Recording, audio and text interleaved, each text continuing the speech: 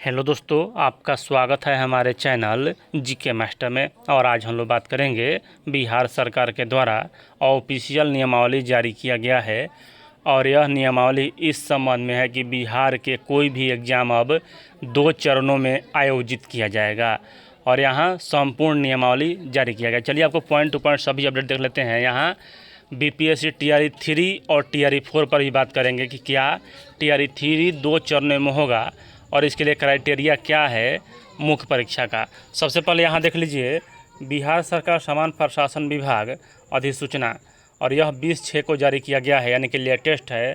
और संख्या इतना भारत के संविधान के अनुच्छेद 309 के परंतु के अधीन प्रदत्त शक्तियों का प्रयोग करते हुए बिहार राज्यपाल राज्य सरकार के अंतर्गत विभिन्न आयोगों द्वारा सरकारी सेवा में नियुक्ति हेतु आयोजित की जाने वाली प्रतियोगिता परीक्षाओं की प्रक्रिया में के संशोधन हेतु निम्नलिखित नियमावली बनाते हैं।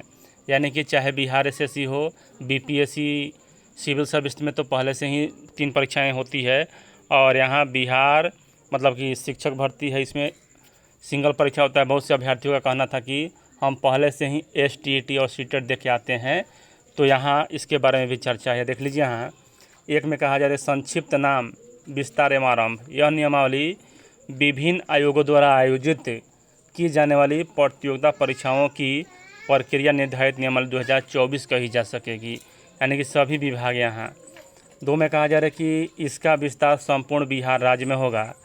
3 में कहा जा रहा है कि यह तुरंत प्रवृत्त होगा, यानी कि जिस दिन यह नियमावली बना है उस दिन से प्रवृत्ति में हो गया है। 2 में कहा जा रहा है कि परिभाषाएँ, तो इस नियमावली में जब तक कोई बात विषय या संदर्भ के विरुद्ध ना हो तब तक यहाँ राज्य सरकार मतलब कि इसके लिए सब आयोगों से अभिप्रेत है कि बिहार राज्य के अधीन सरकारी सेवाओं में नियुक्ति हेतु प्रतियोगिता परीक्षा आयोजित करने वाले सभी आयोग, यानी कि यहाँ सभी आयोग, चाहे बिहार एसएससी हो, चाहे बीपीएससी हो, चाहे अन्य कोई आयोग हो। चयन प्रक्रिया क्या है, तो राज्य सरकार के अंतर्गत सरकारी सेवाओं में नियुक्ति के लिए विभिन्न आयोगों द्वारा संबंधित विभागों से समन्वय स्थापित कर परीक्षाओं को यथावश्यक चरणों में आयोजित किया जाएगा तथा उक्त चरणों की परीक्षाओं को ऑनलाइन अथवा ऑफलाइन माध्यम से आयोजित कराया जा सकेगा। यानी कि यह आयोग पर डिपेंड है कि वह ऑनलाइन परीक्षाएं कराना चाहता है या ऑफलाइन। और आवश्यकता अनुसार परीक्षा केंद्रों को पटना एवं उसके आसपास के क्षेत्र में ही रखा जाएगा। और यहाँ कहा गया है इस नियमावली में कि मुख्य परीक्षा मतलब कि जो भी मतलब चयनित परीक्षा होगा उसका केंद्र पटना या पटना के आसपास ही होगा। तो इतना बात आप ध्यान रखिएगा कि बीपीएससी शिक्षक भर्ती में भी 5 लाख अभ्यर्थी हैं, और सिर्फ चाहे कोई पटना ज़िले में या पटना के अगल बगल ज़िले में इसका मतलब कर देना, तो यह निश्चित नहीं है और यह संभव भी नहीं है। यानी कि टीआरई 3 तो नहीं, लेकिन टीआरई 4 में 2 एग्ज़ाम होगा स्पष्ट रूप से। अभी आपको थोड़ा वेट करना चाहिए। 4 में कहा जा रहा है कि कठिनाइयों का निवारण एवं निर्वाचन, जहां इस नियमावली के किसी प्रावधान के निर्वाचन में कोई संदेह उत्पन्न होता है तो उसे सामान्य प्रशासन विभाग द्वारा विनिश्चित किया जाएगा और उसका विनिश्चय अंतिम होगा।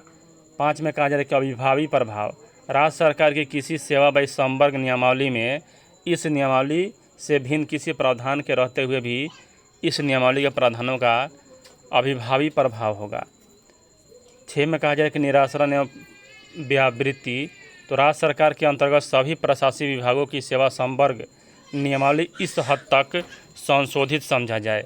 यानी कि यहाँ मतलब कि जो भी आयोग है अब बिहार सरकार के आदेश के अनुसार ही काम करेगी। अब देखिए, यहाँ 20/6 को यह नोटिस जारी किया गया है सरकार के संयुक्त सचिव, उसके बाद यहाँ राज्यपाल के सचिव के द्वारा भी यह नियमावली पर मतलब कि राज्यपाल के आदेश से यहाँ गजट में प्रकाशित कर दिया गया है। तो यहाँ एक बात की स्पष्टीकरण है कि जो भी यहाँ प्रक्रिया होगा मतलब कि चयनित, उसका जो मुख्य परीक्षा होगा वह यानी आवश्यकता अनुसार परीक्षा केंद्रों को पटना एवं उसके आसपास के क्षेत्रों में रखा जा सकेगा। तो चलिए, यहाँ यही अपडेट है। टीआरई 3 में तो एक ही एग्ज़ाम होगा, लेकिन अभी भी टीआरई 4 में 2 एग्ज़ाम होने की संभावना है।